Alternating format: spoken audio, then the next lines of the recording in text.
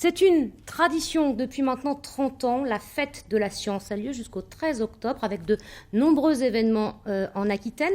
Exemple sur le campus universitaire de Bordeaux où près de 2000 élèves des collèges et des lycées sont invités à pousser les portes des laboratoires. Karim Jbali, Jean-Michel Lidvine.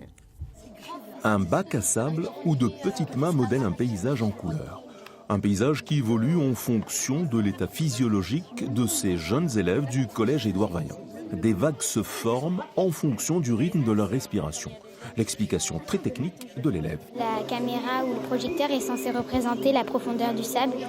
C'est-à-dire que si on voit que s'il est bleu, il va être plus profond. Et que du coup, que si on creuse, le projecteur, son logiciel va faire en sorte que la couleur change.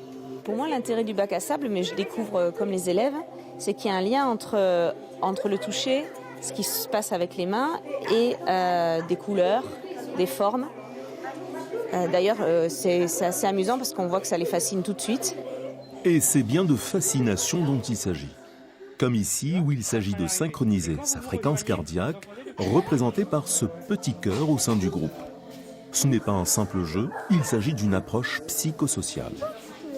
On a des études qui montrent que des personnes, quand elles sont en confiance, quand elles sont en empathie, quand elles sont en autorité consentie, il y a des phénomènes de synchronisation physiologique. L'idée, c'est de voir si le fait de créer artificiellement une synchronisation physiologique provoque de l'empathie, de la confiance chez les personnes et un sentiment d'affinité au sein d'un groupe.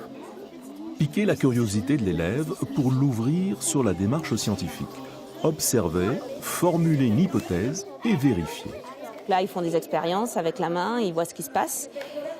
On émet des hypothèses et après, on essaye de les valider par de nouvelles expériences. En mathématiques, on essaiera de valider par la démonstration. Sa démarche n'a d'autre but que celui de faire basculer la science du côté ludique. Expérimenter, c'est d'abord jouer et observer.